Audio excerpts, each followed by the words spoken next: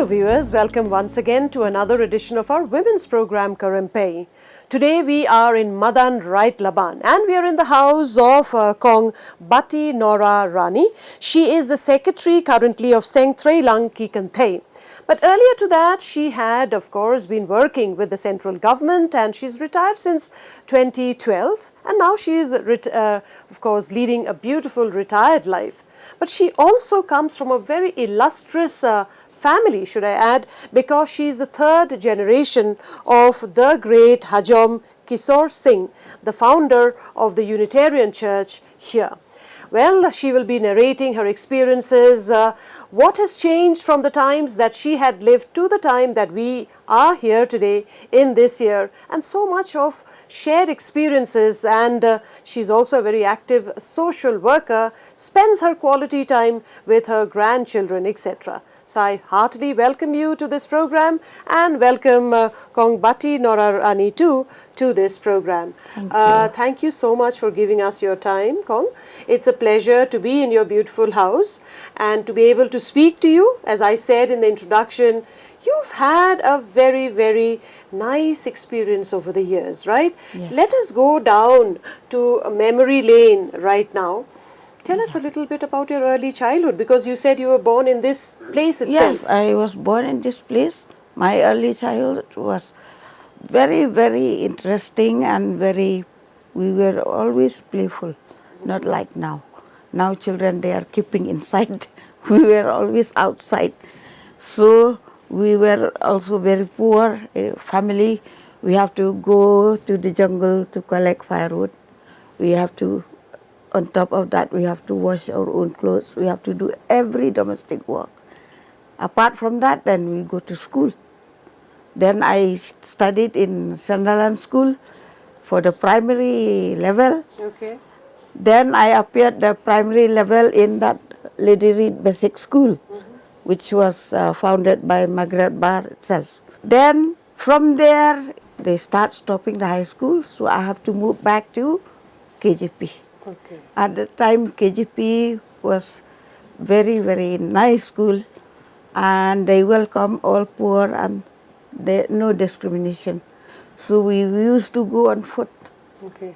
On foot from Madan Laban through Yaudo through to Mission. And that also barefoot. Oh my We were 8 sisters and brothers, so my parents cannot afford giving us shoes, giving us uniform. So only uniform, clean uniform, and if it is also we stitch. No, it is torn also. We have to stitch because we are very, very poor. Then the school also allow us at that time, not like this time, because now we have to wear tie, we have to wear shoes, socks, and everything in uniform. But our time, there was so much we freedom. go like that, but only uniform should be there and should be clean.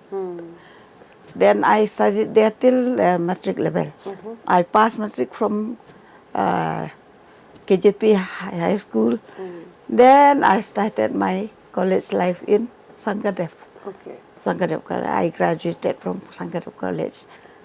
After that, then I started searching for a job.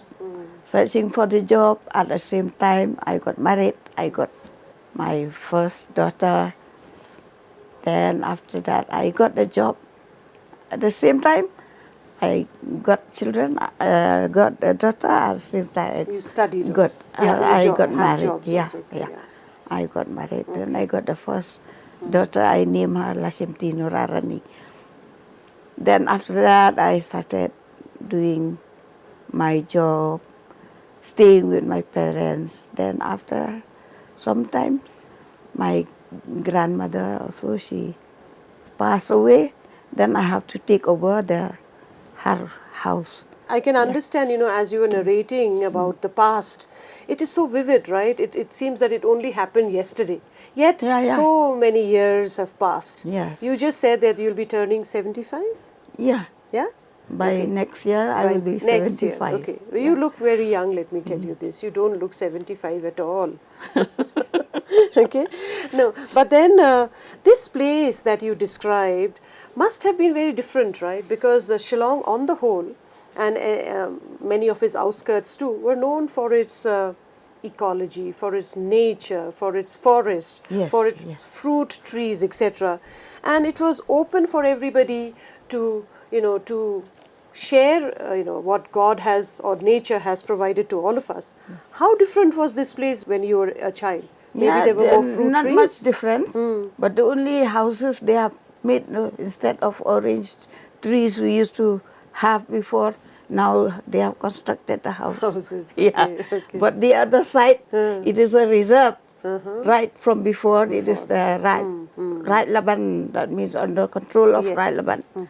So it is the main water Source. sources of Shillong, Okay. the whole of Shillong. Even the cantonment area also, they got the water from there. It was right from Hajam Kishore Singh, who tried his level best to convince the English government at that time, no, British government, to make the source out there.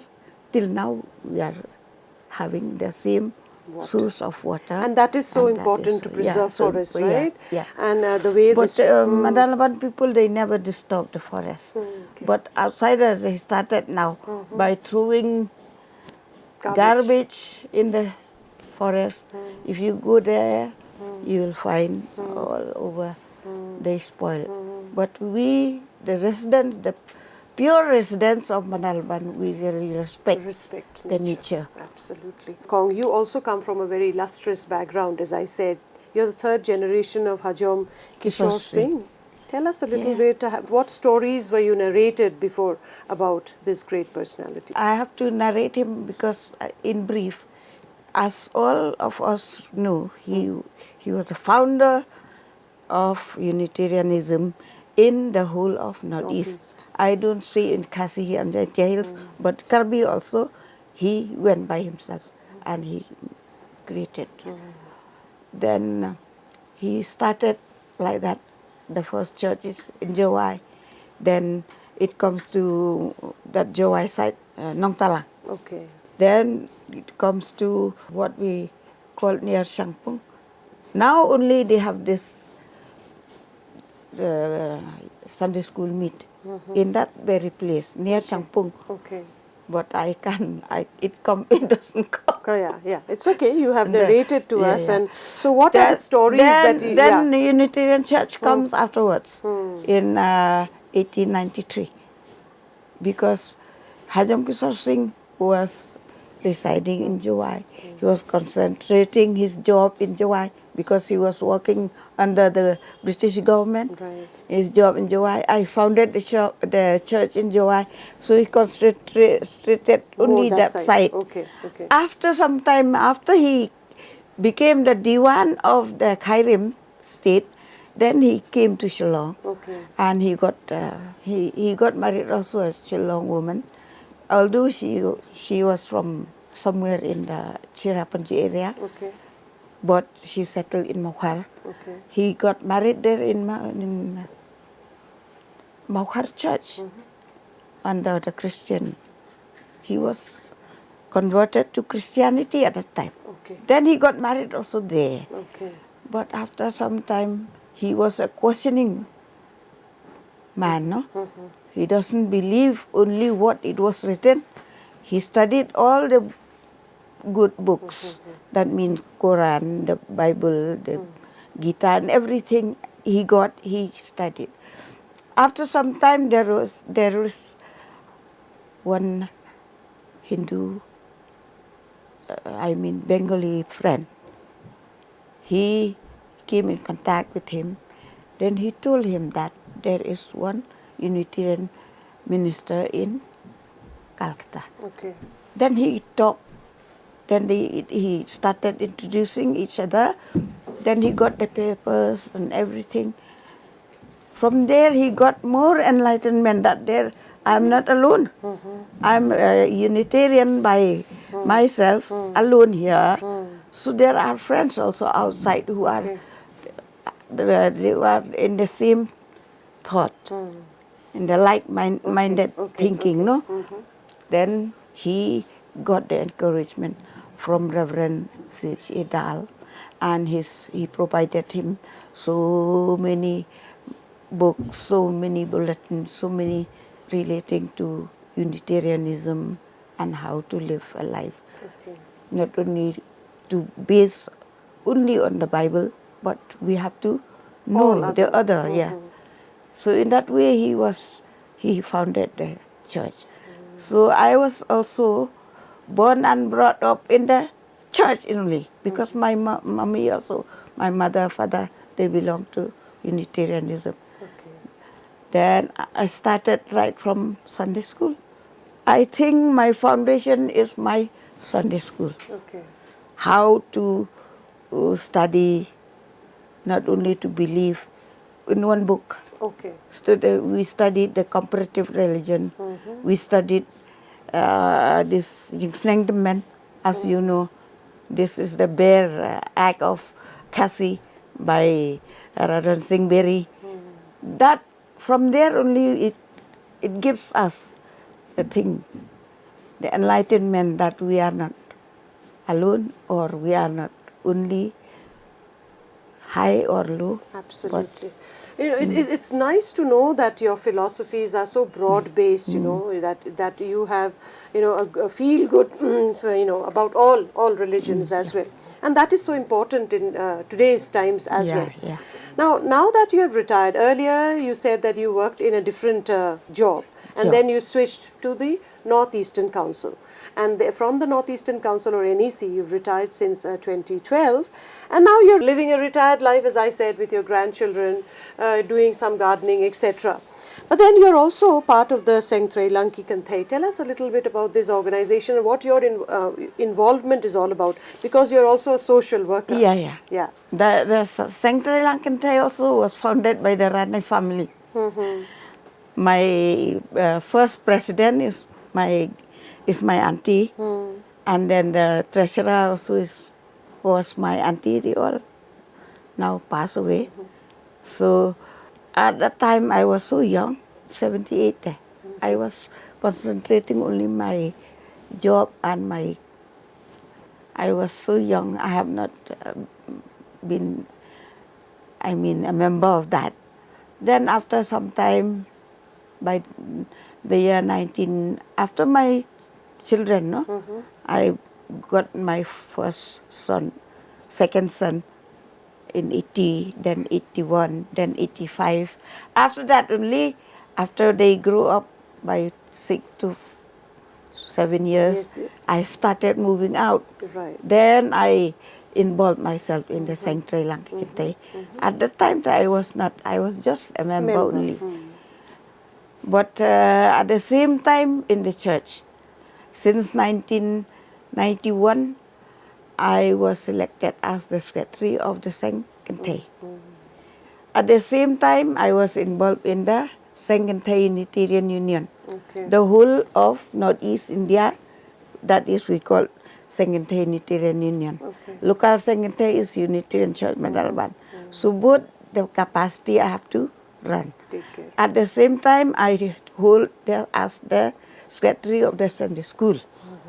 So it has really made a lot me, of responsibility on you. Yeah. So what are the kind of work you do actually? What does this organization or this organization, after how many years?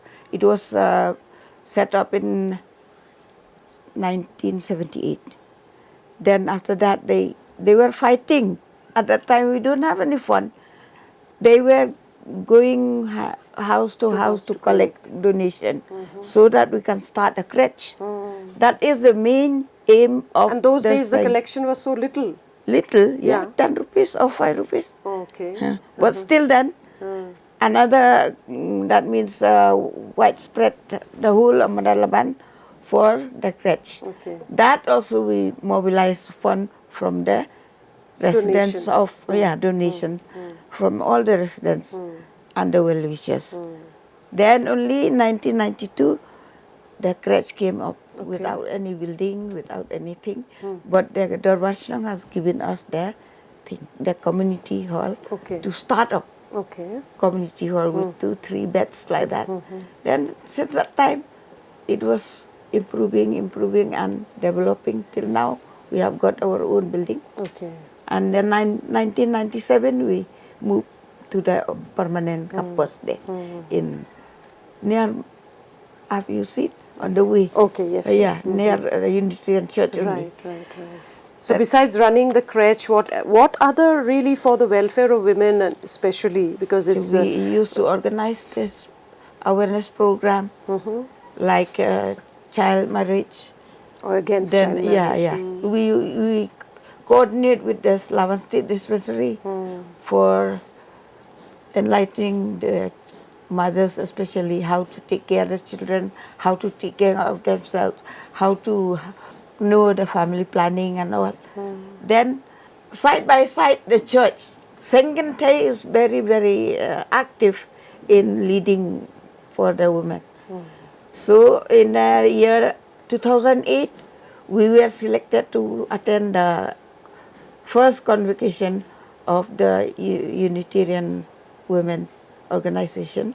At that time, we call ICUUW. That means International Council of Unitarian Universalist Women. Okay. But I was the first to be selected to go there. And then along with Krim Limon Nongbri, along with another from Jawai, she is a Milimangam, there's more Milimangam. We went together there, and from there I got more enlightenment and experience. The way they conduct the thing, the whole conference, by mixing the prayer meeting, then the panel discussion, then after that, then group discussion. Fine. Yeah. Yeah, yeah. That they yeah. focus only on women, how to improve, how The to lives of uplift women. the lives of women. So from all over the world, especially the backward areas like Africa, India, and all, we gain a lot.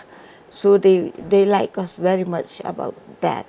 So from there, I also, side by side, I work for the Sanctuary Lankekente, Okay. for the drug awareness, for this women empowerment, especially economically, and then to work for especially the poor family. Poor family, Yeah, Yeah, because we say, yeah, and then give them some help. right. Because nowadays times have changed, right? Yes, and yes. women's life also have changed. Of course, Yes. it has become better than what it used to be. yeah. But certain situations of women have remained the same. Especially here, we find a lot of single mothers, right? So youngsters who get married at maybe even have children during their teenage, we have a situation called teenage pregnancy. Maybe they don't drop out also from schools, and then they're becoming mothers, and they have to look after their children on their own because maybe the man goes away, Yeah. leaving behind. So these are the issues, isn't it, Yeah. of women? That's what I was helping them. I said, if you are cooperating with me, I will go to Social Welfare Department, either to the Women Commission, because I knew them. I have the courage because we are a registered organization, Right. so they will welcome our complaints or any suggestion we have. So we are always in contact with Social Welfare and the Women Commission. At that time, Kong Thailin Panbu was the chairperson. Right, absolutely. I used to get the advice from her what to do. See, so what I understand is that, you are not only now, leading a beautiful life, but you're also so involved in all these social work that you do, Yes, yes. and these awareness drives that you're creating, especially for the women. It's so important, actually, yeah. right? To give them the support, to give them the knowledge of what is right and what is wrong, etc. So besides all of that, what else do you do when you are free? How do you spend your time when you are free? When I'm free, I saw some gardening that I you do. my gardening. I plant whatever I get in my hand. Some plants are grown by themselves. So I did. You see, I like to replant the orange. I'm planting, but they are still small. Okay. They have not, but only the lemon, which has my grandmother. It was there, the plant before, so it has all gone. Okay. Then So now you're it by replanting. itself it Came and, back. Okay. yeah. Okay. Yeah. You know, because there are a lot of women who retire and then they feel a little maybe depressed, they feel sad, they don't know what to do because, you know, before that they were involved in a regular service. So what kind of a message would you like to give to all those ladies who are retired today? And even to the young girls, what is a message you would like to pass on to them? Because you've got so many years of experience, as a social worker also, so that, you know, they also lead a very fruitful life like you. So what kind of a message would you like to give? As I have experienced myself, my life is very, very difficult. Until and unless you have your own willpower and wish, and nothing you can do. After retirement, some people say, oh, I'm not free. I'm always engaged at home, or I am sick. I said, don't say like that. Be positive. Don't feel negative. I am also not free from illness. I am also not free from any time of trouble or any. But when once you're involved with activities, you know, be it a little home activity or even outside, doing small. I feel so fresh. Yeah, involved with the community. Although I was having very serious health issues. Health issues. I was major operation also was there. But still then I survived. Absolutely. Why? Yeah. I have a positive mind. Plus I did my exercise. I started this Sudarshan Kriya. Through that I could really at least manage my age. No? You are such an enlightened person. You know, you are maintaining yourself, taking care of so many other activities so well. You're taking care of your health. You're doing yoga, as you said, right? And I'm not doing full yoga, but only the Sudarshan Kriya is part of yoga. Basic thing. Yes. Yeah. And you also have a very positive mindset, and that is the main very thing. important. That is very important. Be positive. Don't be negative. If you are sick, say that I'm not sick. I'm well. Then you will get well. If you say you are sick, that means sickness will pressure you more. In my opinion, I feel like that. Absolutely. I used to tell my friends or my relatives, don't say you are sick. Say you are well. Though you are sick, say you are well, so that your body and mind and everything will get well. So words have the great power. Yeah. The words that we speak for others have the power to influence others. The words that we speak for ourselves also has the power to influence ourselves. Yes. You know, it's been a pleasure talking to you, Kong Bati. We could go on and on because I know there's so many lovely stories. Yeah, so many. So maybe we can join you another time and we can interact with you and you can tell us more stories of your times and the bygone days. Yes. But for this moment that you gave us, you know, and that you have inspired so many ladies who are watching this program, thank you so much for your time. And we wish you good health and may you continue to work for the community as well as for all the women out there. Thank you so much for your time. Thank you. May God bless you. Thank you. Thank you. Yes, as you saw, Kong Bati is a bundle of wisdom, of stories, and you know, these lovely stories, you just sit beside the fireplace and you listen to them endlessly, maybe peel a few oranges too.